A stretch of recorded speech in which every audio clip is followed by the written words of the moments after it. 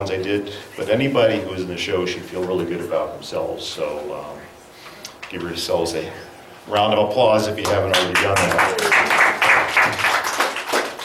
I'm really sorry, but I don't have a clipboard to pass out. We got a spare. Yes, spare. Yeah. But if you're interested in signing up for my newsletter or blog or whatever, I've got my cards up here at the front with my website on it. You can find a link there to workshops and the blog and Instagram and all those other wonderful venues for advertising and marketing ourselves. Another thing that you might be interested in is I'm writing a series for the Pastel Journal called Color Decoder, where I'm addressing the 6 basic colors. They did the yellow one in the previous issue, the one on orange is the current issue, so we've got 4 more colors. You can probably guess which those are coming up soon. So throughout the year you can see those columns. And basically I'm just talking about each color and how they work together or not. And the history, I like that. And the history, yeah. Actually, the history is almost the most interesting part of it because, well, anyway, we can go into that later. We don't have a lot of time, so. Another thing I'd like to mention is if any of you are interested in traveling to the Pacific Northwest, I'm teaching a workshop for Dakota Pastels next month. So we've got some spaces left in that. And also, if you want to explore the wonders of the Grand Canyon, I'm teaching a workshop for the Park Service and for the Grand Canyon Conservancy in October. So you can find information about that too. And the nice thing about that workshop is it is authorized by the Park Service, so we can go just about anywhere. And I've got some really special spots at the Grand Canyon. Recently I moved back to New Mexico, and at my home in Rama, which is just south of Gallup, I'm doing one-on-one intensives. So if anybody wants to come out and stay with us, we feed you, we give you a place to sleep, and it's one-on-one, and we go painting together and do work on whatever it is that you need to work on. It's totally customized to the individual. And also on the website you can see about my other workshops. I teach on Campobello Island in Lubec, Maine, so if you want to escape the summer heat, consider Down East Maine for a workshop, or just take a look. I have other workshops throughout other places too, which are interesting. And that's about it. I've got some books down here if you're interested, and I'm selling those for $30 each, except for the little guy here, which is $10. So see me after the presentation if you'd like. Any questions before I begin? I'm wearing finger cots. If you don't use these are better than gloves because you don't sweat as much, and they protect the fingertips and the fingernails from getting dehydrated from all the pastel dust. And I use them if I remember to put them on. The topic for today was creating a sense of glare with water. And if this gets annoying, if you hear background sound, let me know. We'll take it off and I can speak loudly. But this painting over here illustrates a little sense of what's happening with the glare. I like to paint backlit scenes where you have room lighting around trees and other things, especially bouncing off of water. And I'll show you how I do that. But basically the idea is you're going to be keying down your values from your lightest and then going to your darkest. Typically pastel painters, as we know, work from the darks and up to the lights. Well, this you almost have to work the other direction in order to get the effect that you want. For this presentation, I'll be using Blue Earth pastels. This is something I've come across recently, which I really like. This is a full set of Blue Earth pastels. And you can get a really nifty wooden box to keep it all in. But what I like about it is it's sort of a scientific, logical approach to color. A lot of manufacturers will give you reds, blues, greens, and whatnot with different novel variations on the same, but this takes an intense version of whatever color it is that you're working with, and then gives you 7 steps in value and 5 gradations in intensity from very rich to very dull. And with my approach, which is more of a tonalist approach, it's important to keep the values on track. So if you have something in your third, well, I'll show you. If you have, say, this pink here, and go down this row here, all the values are pretty much the same for that particular stripe. And you guys can come up later and take a look at the set. That's a pretty expensive set. Yeah, I forget the price, but they're kind of pricey. Not as much as Rocher pastels, which are $15 a stick. Dakota Art sells them so nice. Yes, yeah, they do, yeah. Which reminds me that if you do come to the Dakota workshop, students get a 10% discount on materials if you buy them at the shop.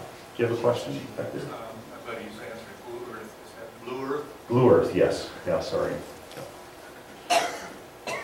So the paper I'm working on today is Art Spectrum Color Fix. This is kind of a burgundy color. Looks kind of like an old burgundy, more like a brown. And I like it because it works well with the Blue Earth pastels. Usually I work on Wallace paper, which you can't get much on anymore, or UArt. But I found that with this coarser tooth, the softer pastels seem to work pretty well. I can make the pastel stick in place without it dusting off too much. I've taken the liberty of going ahead and pre-drawing the scene, which is basically this scene here, with some reference photos along the edges. And what I wanted to do with this scene is maybe shift the sun a little bit more so you have a little bit more of a glare effect. This one, you get a little bit of the sparkle in the water, but not as much as I'd like to depict. The So term Blue Earth, excuse me, Yeah. are they on the soft side? they are on the soft side, yeah. Yeah. It's not as soft as Sennelier, which tend to crumble when you take the label off, which is why I don't use them. And they're softer than Unison. Maybe not quite as soft as Terry Ludwig. So this is my scene. I've got a couple of trees here, a little tree in the distance. I've got a water line back here with where the water is going to be flowing. And on this painting down here, I basically have the sun kind of way over here in the corner. We're going to shift it this way a bit so you get more of a glare effect back here. And I'm just going to start with my lightest value and work backwards from there. So let's start with something that's pretty bright. This is the lightest value of kind of creamy pink color. I'm using dark paper here instead of light paper, partly because you get this really stunning effect right away with what the glare is going to look like. If you try doing this white paper, it's not going to work. You really need to have a mid-value or darker for it to really work effectively. So that's my first note. And by the way, you may, for those of you who don't like to keep an organized palette, I don't know if you've all seen Albert Handel's palette, if you work with him ever. It's kind of a hodgepodge of things thrown together. He likes it because it forces him to choose a different solution each time. He's not going to reach for the same dark green for a particular tree. This is nice because it's all organized, and when I work, I tend to put things back in their spots. So I'm going to take this piece and sort of lightly set it in like that so I can still find it later if I need it.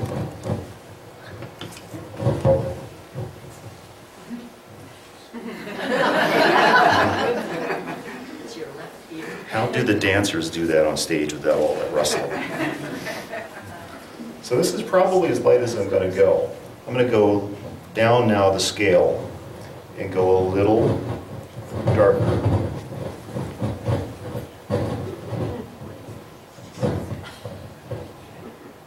What do you think, Nicholas? Are we good, or should I?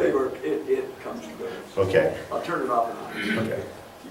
Or maybe it's more of a thunder effect, so it pretends a nice storm going on outside somewhere. When I do plein air painting, which I do a lot of, I usually don't start off with the very soft pastels. I'll start off with harder ones like a new pastel or a Cretacolor or one of those. But for this approach, it seems to work pretty well, so I'm using the really soft pastels. If you have any questions as we go through this, feel free to shout out.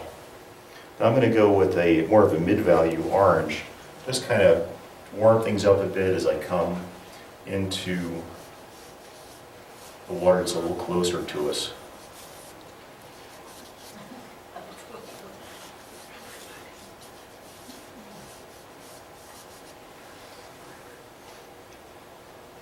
You have to be organized to do this.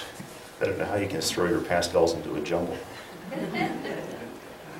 And go a little darker yet with sort of green. A little closer like this. That's about as far as I'm going to go with that.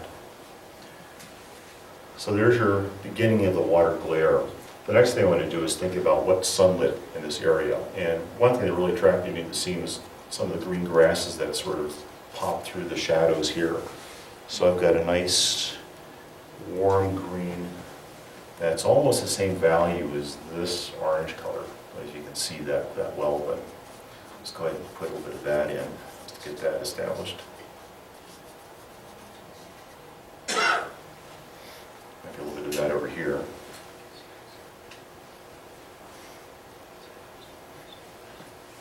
I also like to take a picture of my box when I'm done with different stages because that reminds me what pastels I used as I'm working.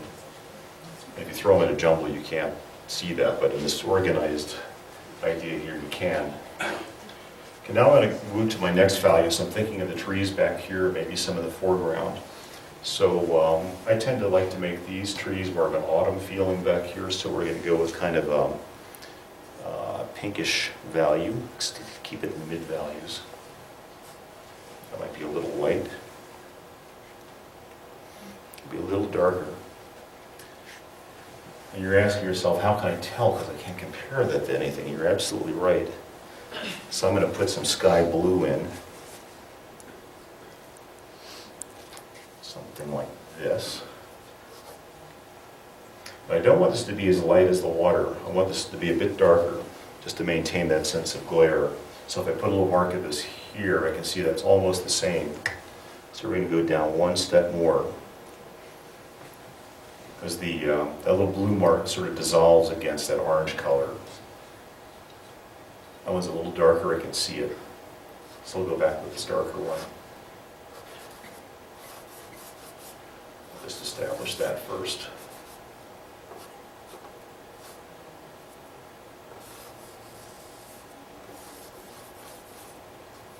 By the way, the dark that I use to draw in the design is actually a Conti crayon, just black. And it leaves a mark that lasts a little longer.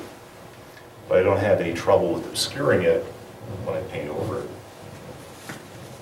And here's the other nice thing about these finger cots, is you can just take it and just kind of rub the color in.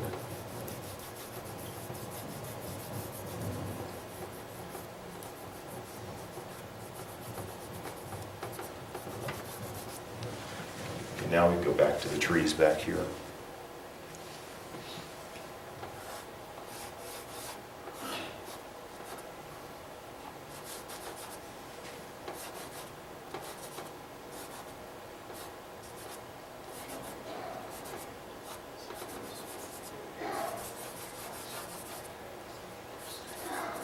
I'm going to go a little warmer over on this side because a little more sunlight's going to be hitting that. But I want the value to be about the same. So let's go a little darker.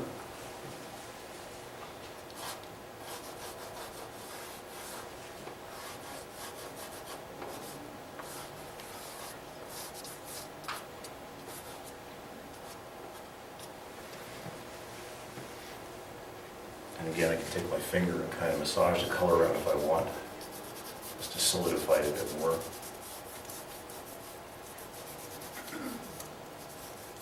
I used to never believe in finger blending until I started wearing these finger cuts. They give you permission to do all of that. Okay, now let's jump to the shadowy parts. That gives you a sense of sunlight happening back there. And I'm going to go pretty dark first. Go with the darkest green I have. It's sort of grayed down.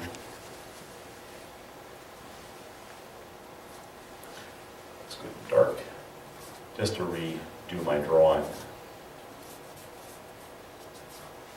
But you know what? I think I want to go back with my Conti crayon and start with that.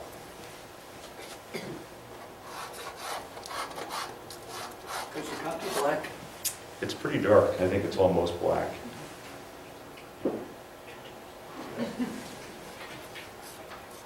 And what this does, it just helps reestablish the drawing if I've lost any of it. I do this with rocks a lot too if I'm painting rocks in the landscape. I never hesitate to redraw something that might have lost its form.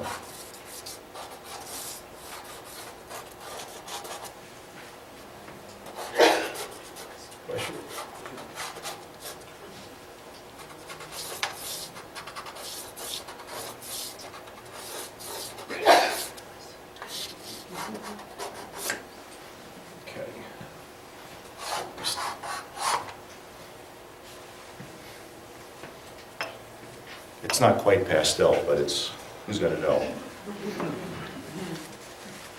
Is it waxier? It is a little waxier. It's compressed charcoal, so it's got a little wax in it.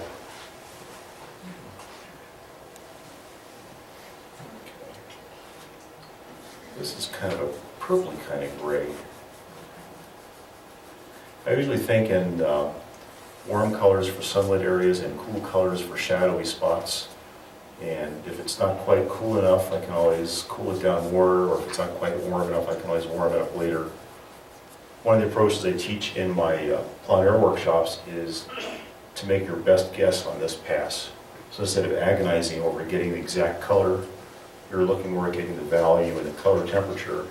And if the color's not right, you can always adjust that in the next phase, which is called adjusting.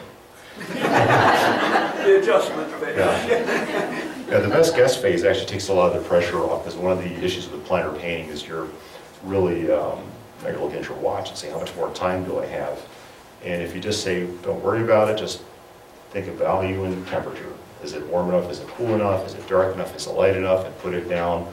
And no matter how garish it looks, you can always correct it in the next phase. And that's where a lot of the fun happens.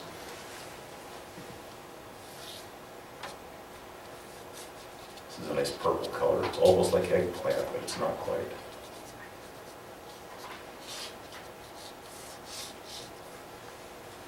And let's continue the idea of using a cooler, maybe bluer color, maybe a slightly lighter value. And that's the same value as the paper. You can hardly see it. I'm just going to drag that across the water, and I think that's too light. So I'm going to go darker. There we go. It's happier. It's not very gray, though. It's pretty intense on this reddish paper.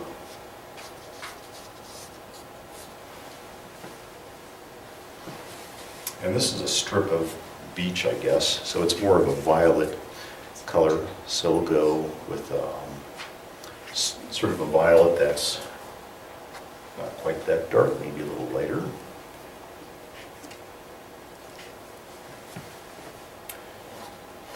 When you're painting on your own, do you talk to yourself when you paint? I think it's a good idea. You sort of can rationalize what it is you're doing. Now let's go with a little lighter passage right here. So same kind of color, but a little lighter and a little warmer. And how's that look? That looks too light.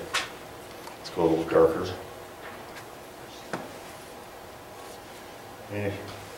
Not quite warm enough.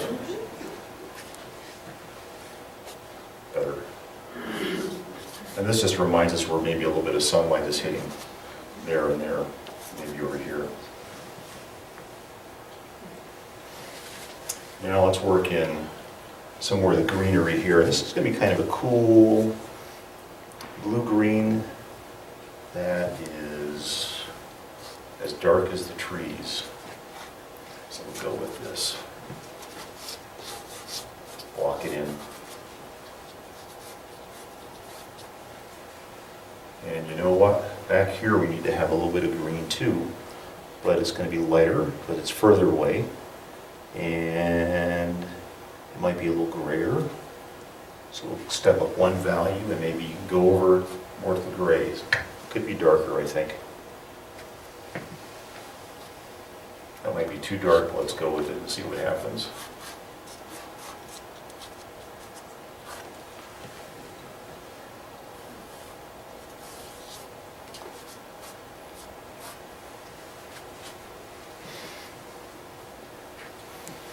Okay, let's continue this water idea down here. And being that kind of a blue sky day, there's going to be some of that blue, maybe a little darker, reflected in the water. That's still too rich. Let's go a little grayer.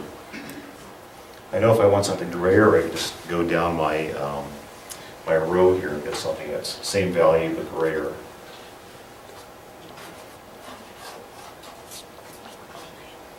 Some of this might come down here too.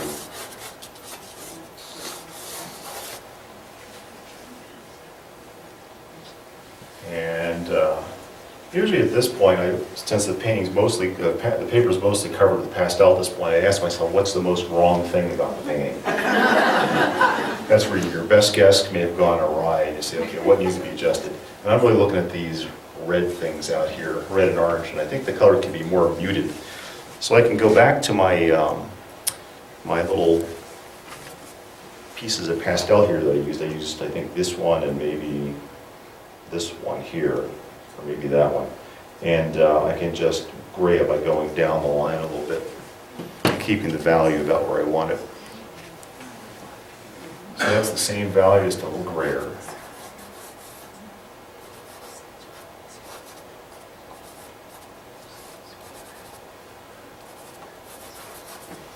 And just put a little bit of that over here just to kind of pull it around.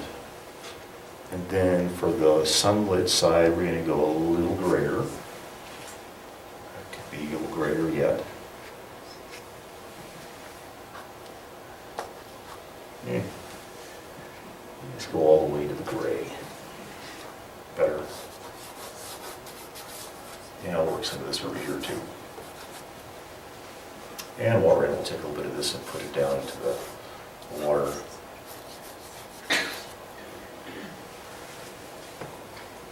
Question. Yes. Did you always paint this scientifically before you bought the blue earth? Yeah, I've been looking for something like this. Have you? Yeah. You may recall Maggie Price, bless her heart, but before she passed away, she talked to some manufacturer, they created something like this. I can't remember the brand. Maybe some of you Terry folks do. Ludwig. Terry Ludwig, because she did something like this with Terry Ludwig, yeah. She has her own palette. Yeah, yeah. And it's based on the same chromatic idea where you've got the most intense color going to the dullest and also from the darkest to the lightest. So, but yeah, I've always taken this approach. I've made my own sets trying to figure out how this would best work. So let's go back to the lightest color again and just restate that glare that we're starting to miss. So I'm going to go over here like this and just reinforce that idea. And let's just go ahead and take this all the way through.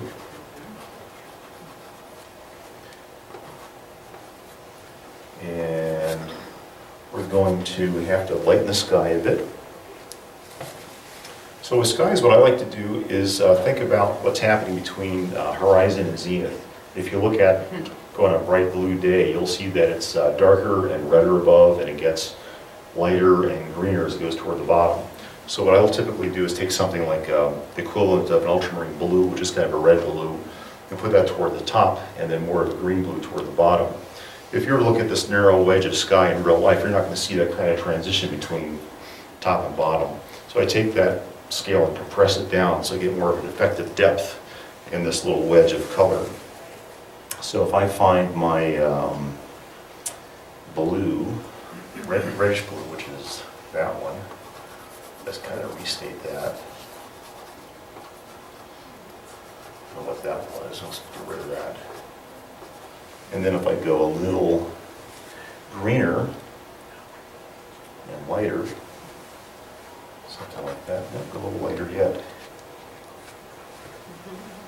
You know what, I'm going to go right to the green, go to turquoise. Yeah. Now quite often turquoise will just make a nice little warm greenish note down there. And then if I need to go a little darker up in the sky, I can do that still too. And then if I want to mellow that out a bit, I can take my original purpley colors, kind of scumble back over that just to blend it a bit.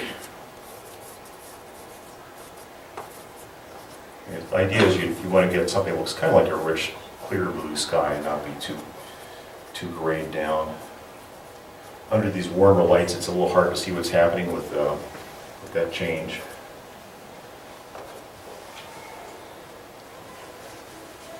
And while we've got those in our hands, let's go ahead and move some of that same color down here, maybe down here.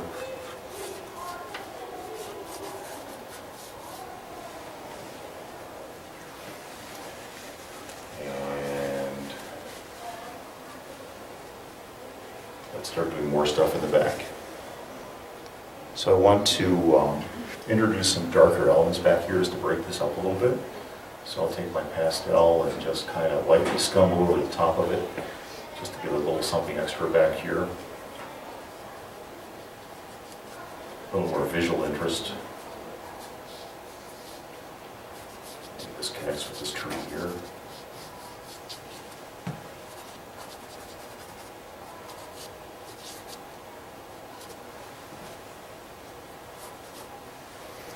And let's work a little of that sky blue back into that purple too. Yeah, it's too intense. Let's go a little darker and grayer.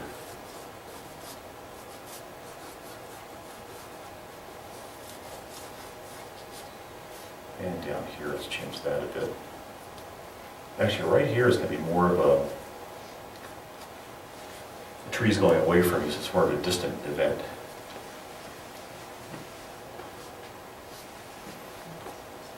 If that makes sense. Yes. And let's go in and take this green and put some back there just so we have something to relate to in the distance that looks like grasses. You know, keep it kind of dull and dark to start with.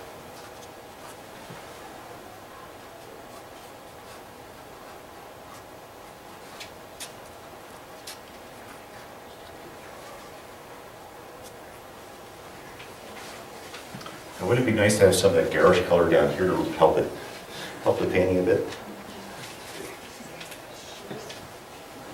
So, there we go. This is a creek in Arizona. It's got a very shallow bottom and it's got a lot of red dirt there. So when the sunlight hits it, you get this very intense, cool orange color happening.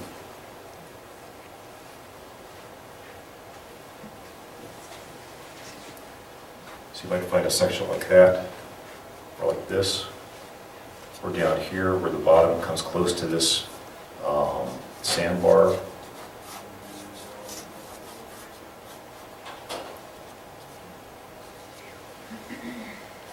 When you said cool orange, are Mhm. you referring to temperature or to cool? I'm thinking the temperature. Okay. So I think red orange is probably one of your hotter colors. So if you want to make that cooler, you make it a little redder. Okay. If you make it bluer, then it gets more of a, well, not that. It gets muddy. Now I'm going to go back to my Conti crayon, just throw in some darker accents.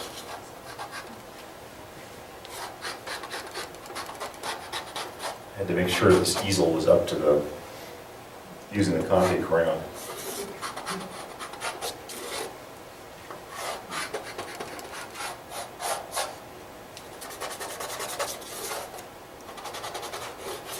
I want this to be a little darker.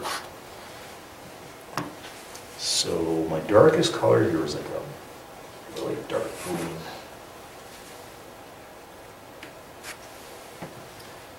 That's like that, that's good.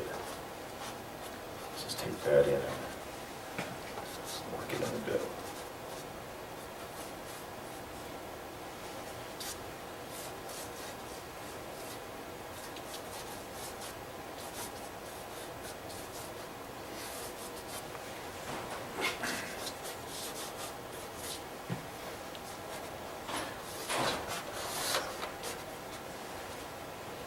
This a little greener.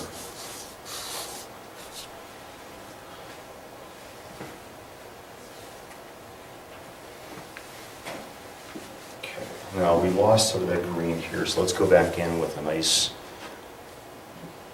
dark green to start with. That might be warm, so it gets a little bit of transmitted light coming through the blades of grass.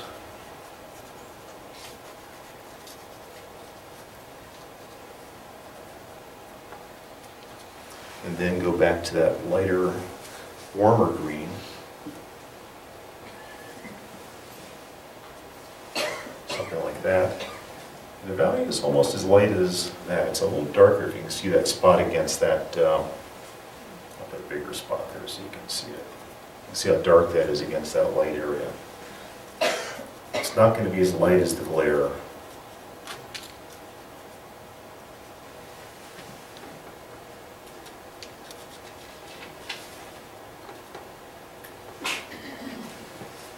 And some of that color gets reflected down here.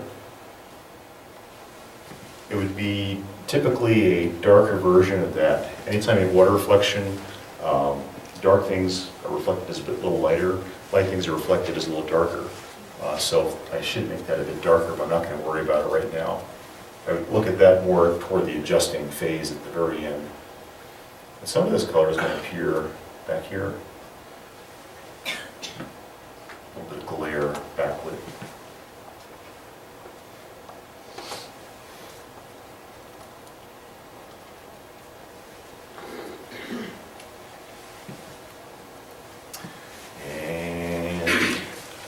Now I have a really nice, slightly darker, slightly cooler version of this, which I think I want to put a little mark over here, like that. And then down here we've got these dark, ripply things happening.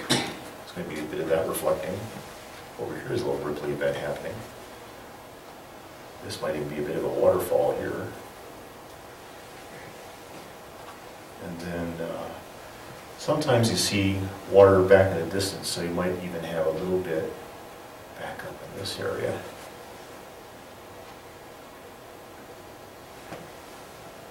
Depends on how far back you want that water to go.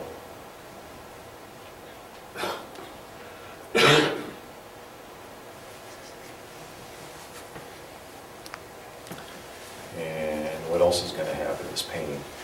There's going to be a certain amount of this warm orange light bouncing into the trees. It's going to be darker, it's going to be a little cooler. So if I remember where I used that last pastel, which was orange, I can go a little darker and cooler. Like maybe this one. And with a real gentle touch, I can warm that up just a little bit. A little bit more. Certainly underneath this little branch there. I can go a little hotter with that.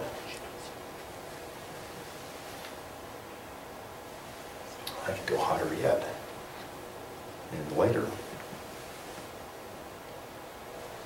That's about the right amount.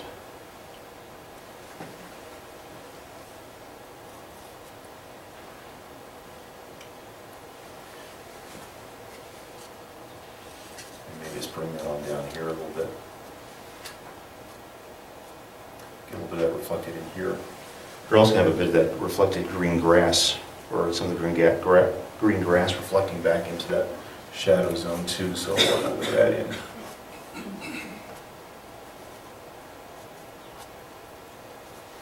And you might see some of that over here too. And to help with that effect of glare, I'm going to introduce a little bit of blue into the tops of the trees. And this is some of that sky blue bouncing down into it. That's a good value.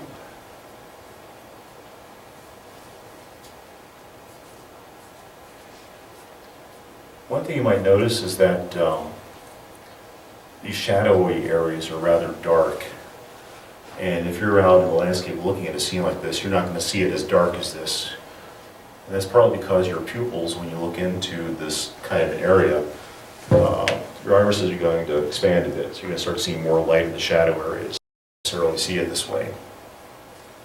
But I think that with creating a sense of glare, the first thing you want to think of is making sure the value contrast is enough. So in order to get the effect of extreme light against this kind of shadow, you want to make this dark enough that you get the value contrast reading for you.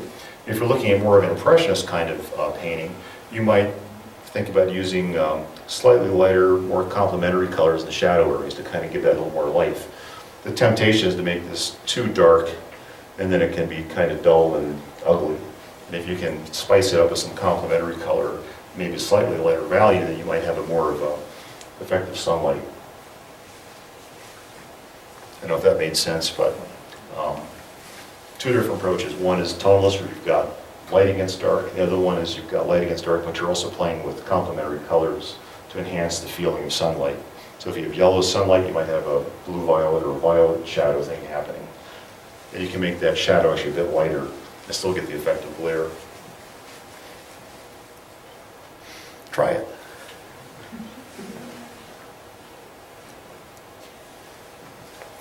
Now let's lighten this up a bit with a little lighter, cool blue green. Through here and here.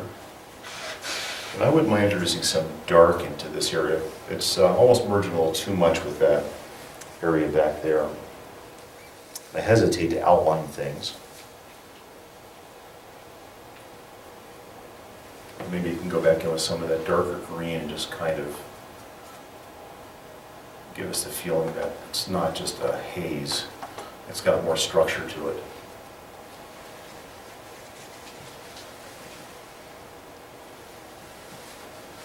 This could be a little more interesting.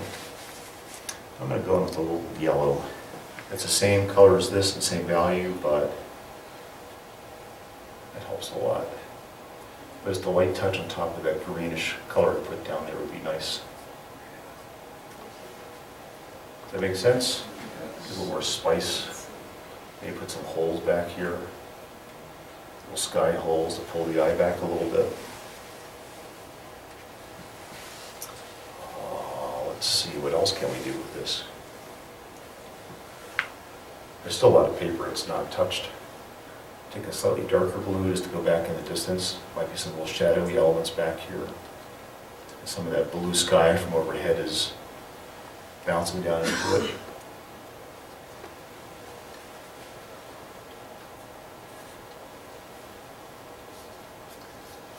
By the way, if you want to work with a good colorist, consider Susan Ogilvy's workshop. I worked with her at one of the plein air festivals out in Sedona a few years ago. Really nice person, really knows what she's doing. And believe me, you want her to come out here, so sign up for her workshop.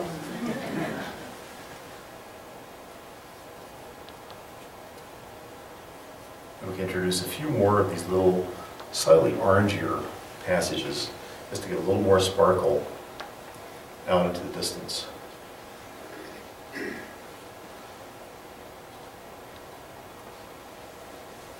And you can keep playing with that idea and working it all the way through.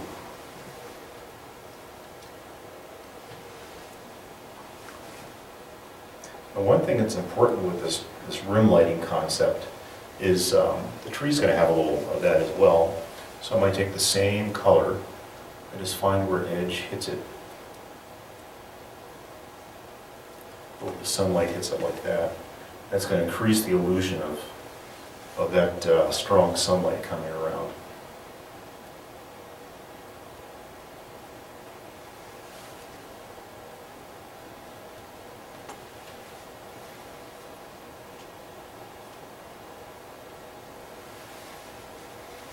And one thing that's helpful with these kinds of shapes is if you can figure out what's happening with the cross contour lines.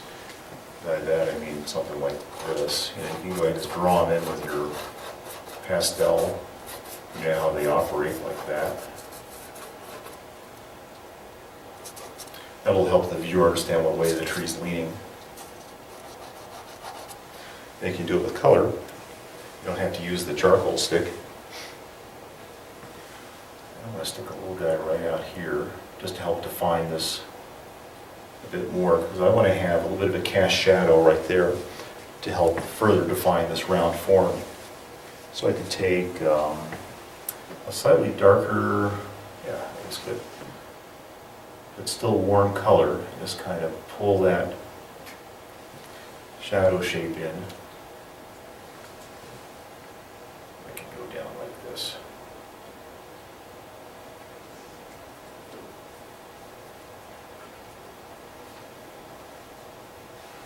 And I want to distinguish cast shadow from form shadow. So I'm going to use a little blue on the cast shadow, which would be from right about here. Maybe a little lighter value would be good.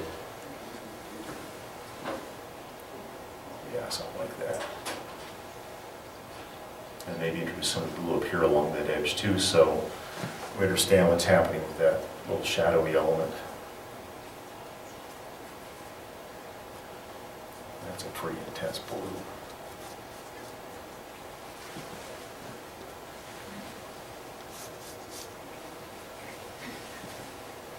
And then a little sparkly light would be nice. Let's go back into that. Kind of lost that.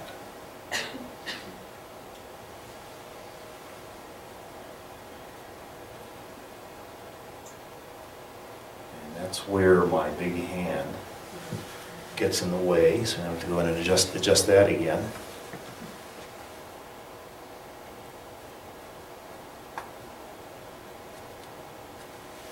And go back and paint the negative shape behind it, which is that purple kind of color. Red violet, I mean. Something like that, refine it.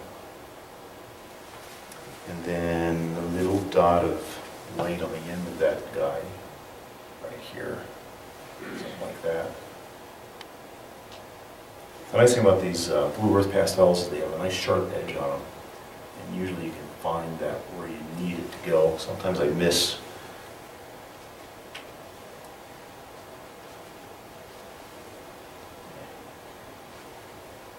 Okay. And there's a ton more you can do with that. You can play with this forever. This little guy here has some light on him. A broken little wedge. This guy has some light on him.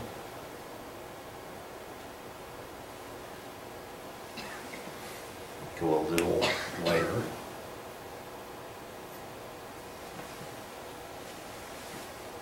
And let's go really light with some of this grass green down here, just to give us a little bit more of a sparkle.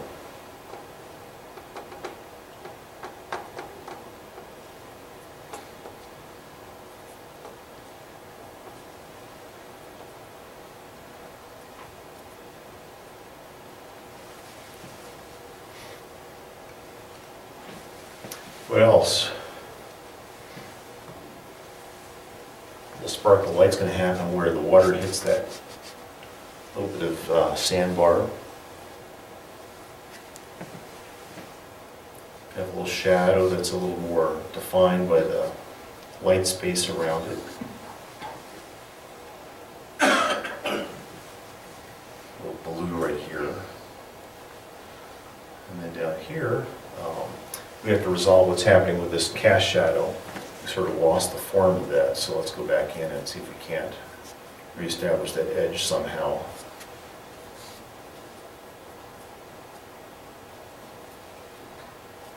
And some of that comes over here too, that's also a cast shadow. Go a little darker than that, and a little grayer. Yeah, that's good.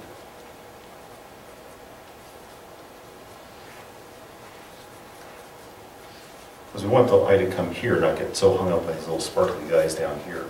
So by breaking up the shadow just a little bit, or the sunlight with some shadow, a lot better look at it.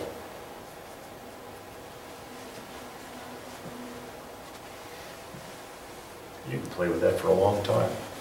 So a lot of fine tuning you can do in this painting, but it kind of basically gives the idea of the that little bit of glare in the distance here with some of the light coming forward.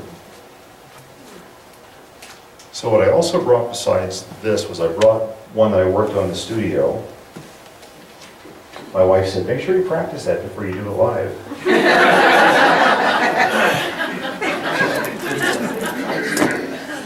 You never know.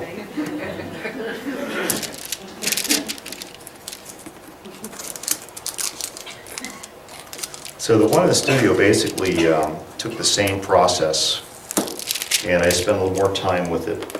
And I didn't have 45 people watching while I did it.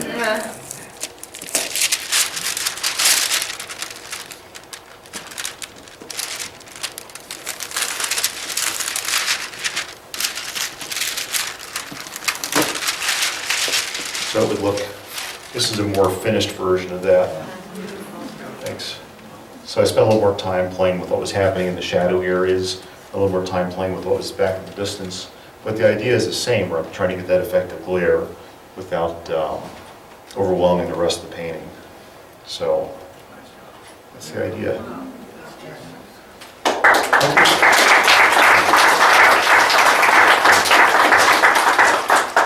The other painting over here, a little Scottish scene, I went to Scotland last year for a painting retreat, has some of the similar concepts. We're looking at that backlit glare coming off the water with a really yellow sky. I don't often see skies yellow like that, and I didn't see one then, but it worked with the painting, so I continued with the yellow concept. Any questions on anything? Very nice. I can't see that far up there, but all 5 photos, are they the same setting, different times of the day, different Yeah. seasons, or what? About the same time of day, different days, but around the same period of time. So this is, I was telling someone that this is actually based on a plein air sketch I did, which is what this piece is here. I was on location and did this, and I kind of liked the general color and composition, but it was really rough and needed a lot of work. So I decided, let's do a studio version of it in pastel. Quite often what I do with these outdoor studio pieces, I'll do the plein air piece in one medium, and then back in the studio I'll use a different medium. And what that does is it forces me to use different color choices. So instead of just going back and saying, well, I know how I mixed that orange, I know how I mixed the green, and I know how I mixed the blue, I have to pick it over here. It's a different process, and it gives you a more exciting experience in the studio. I don't like to be in the studio that much. I'd rather be out in the field painting. So that's what happened. And then the photos are all from around that same time. Michael, are your college studies, your sketches, are they in pastel? It could be either one. I do a lot of oil work on location. I find it more convenient than carrying the pastels out. But sometimes I'll go out with the pastels too. I have a little kit that I use. I don't know if you have seen the release of the Nomad from Blue Earth, but it's a little box about this big, and it's got a nice set of pastels in it, and you can paint right on the lid. I've taken it out a few times this winter. That's been really helpful. So. That was my question, if you took that big box out, plein air. Not yet. It's rather heavy. But it has all the pastels on it. There's no reason why I couldn't take it out. It has a handle on it. It has a handle. It doesn't come with the Sherpa though. I don't know if my French easel would support it. And I hate to carry a bunch of stuff outside. I could take that table, but I don't really want to take it out. It's another thing to take. Anyone else? Good. Okay. Well, thank you very much.